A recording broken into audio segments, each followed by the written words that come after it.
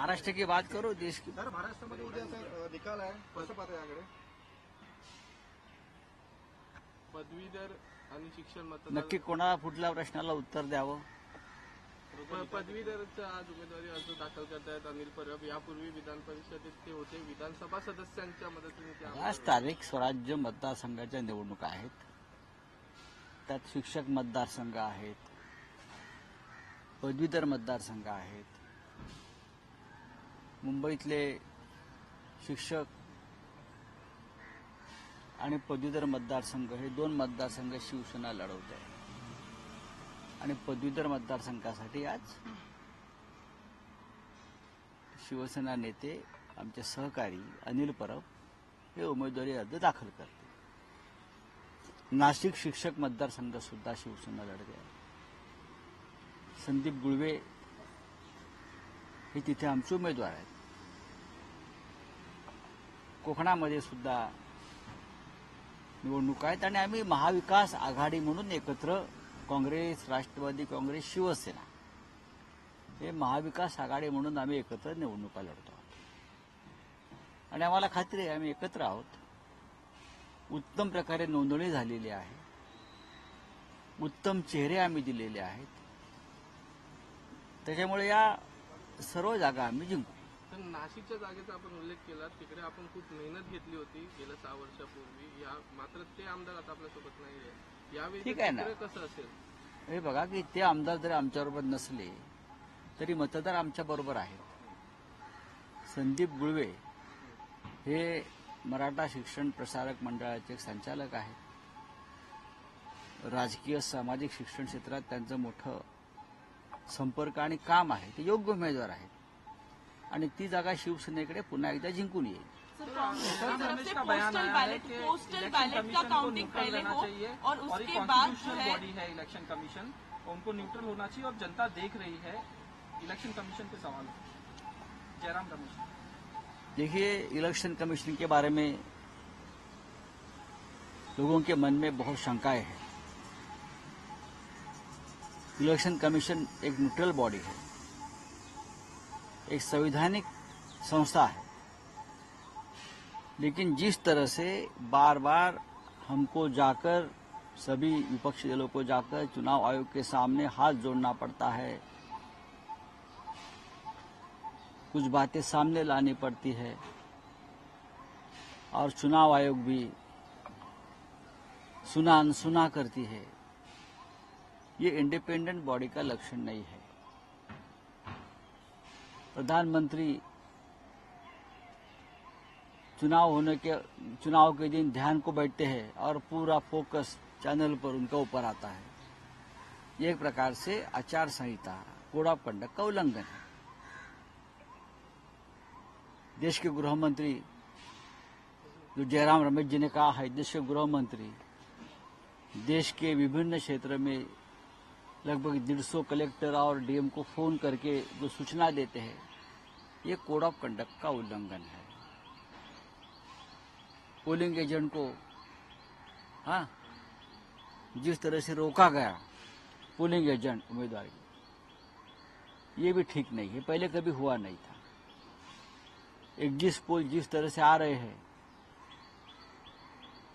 और उस माध्यम से प्रेशर किया जा रहा है लोगों के ऊपर मानसिक, ये भी कोड ऑफ कंडक्ट का उल्लंघन है. कल अब काउंटिंग शुरू होगा, तब क्या होगा मुझे पता नहीं. तो हम बार बार ये चुनाव आयोग से कहेंगे कि आप इंडिपेंडेंट, एक कहना पड़ता है इस देश में लोकतंत्र में कि आप इंडिपेंडेंट बॉडी है. आप समझ लीजिए, आप किसी के गुलाम नहीं हो, चाहे बीजेपी हो चाहे और कोई सत्ताधारी पार्टी हो. आप उनके गुलाम नहीं हो, आप इंडिपेंडेंटली काम करो. लेकिन चुनाव आयोग काम नहीं करता है. चुनाव आयोग बीजेपी की एक्सटेंडेड ब्रांच, बीजेपी की एक शाखा इस तरह से काम कर रहे. इसलिए इस देश का लोकतंत्र 10 साल में संकट में आया, खतरे में आया. तो हम कल पूरी एकजुटता से हमारे लोगों को कहा है, आखिरी होठ की गिनती होने तक आप वहां बैठिए, डट के रहिए. आपके ऊपर दबाव लाया जाएगा, तरह तरह के हथकंडे अपनाए जाएंगे. हाँ, आपको डिमोरलाइज किया जाएगा, लेकिन आप वहां से हटो नहीं। ये हमारे सभी इंडिया आघाड़ी के जो प्रमुख लोग हैं, कार्यकर्ता है, पोलिंग और बूथ के एजेंट है, वहां के सबको संदेश दिया है। सर आपण ज्या शाळेमध्ये शिकल्या ती शाळा काँग्रेसने निर्माण केली असं नाना पटोलेने म्हटलं। काय आपला विषय काय आहे?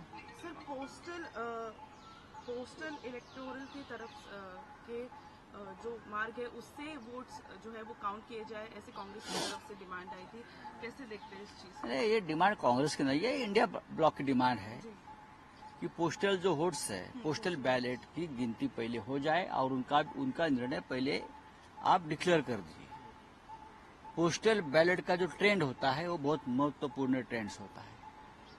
जैसे आपने देखा होगा, मध्य प्रदेश की गिनती जब हुई, विधानसभा की चुनाव, राजस्थान की, पोस्टल बैलेट में कांग्रेस आघाड़ी पर रही और बाद में अचानक ट्रेंड बदल गया।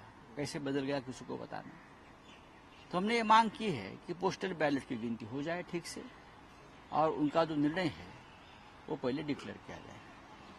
उद्धव ठाकरे 15 दिवसात पंतप्रधान नरेंद्र मोदी झाल्यावर त्या सरकारमध्ये सामील होतील असा मोठा दावा रवी राणा करतात। कोण रवी राणा? काय सकाळ सकाळ नावं घेताय तुम्ही? त्यांचा राजकारणाशी संबंध आला कधी?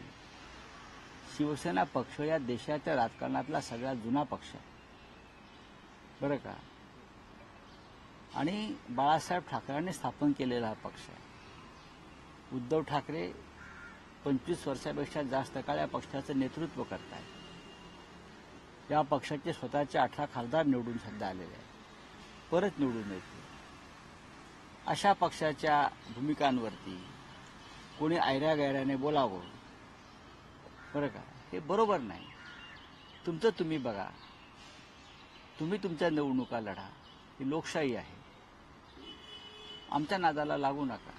आमच्या भूमिका काय आहेत ते आम्ही ठरवतो एकत्र बसून, आणि त्या संदर्भात माननीय पक्षप्रमुख निर्णय घेतात। सर, कल रवि राणा का उन्होंने बयान जो आया और- मेडिटेशन किया, कल मेडिटेशन जो 3 दिन के लिए पीएम मोदी ने किया, उसके बाद उन्होंने एक लेटर लिखा है। इसमें उन्होंने कहा है कि सारी दुनिया का ध्यान अभी भारत की तरफ है और हमें आगे बढ़ने की नहीं, जरूरत है। सिर्फ कैमरा का ध्यान मोदी जी की तरफ था, दुनिया का ध्यान नहीं है।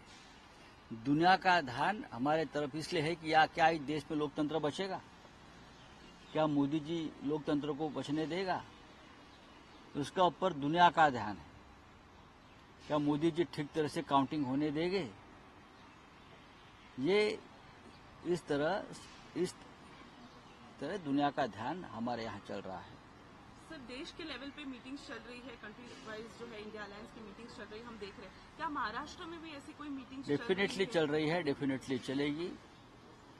आज हम शिवसेना पक्ष प्रमुख उद्धव ठाकरे जी के साथ हमारी बैठक होगी। हमारे जो कार्यकर्ता है राज्य भर में, जो पोलिंग एजेंट है, जो हमारे जो उम्मीदवार है, उनसे हमारे आज बातचीत होगी। यही सबको सूचना दी जाएगी कि आखिर तक आप डटे रहो। स्ट्रैटेजी बनाई जाएगी आगे के लिए? स्ट्रॅटेजी जो बनते है वो ऐसी ओपन नहीं होती। यांनी ट्विट केलंय, गांजा पिऊन काही लोक लिखाण करतात असं त्यांचं म्हणणं आहे। तो स्ट्रैटेजी बनाई जाएगी आगे कैसे लोकसभा इलेक्शंस में अगर आप जितनी सीट्स प्रोजेक्ट कर रहे हैं अगर उतनी आई तो कैसे डायनामिक्स चेंज होंगे, क्या क्या आगे की strategy महाराष्ट्र रहेगी? की मैं बात करूं, एग्जिट पोल को भूल जाइए।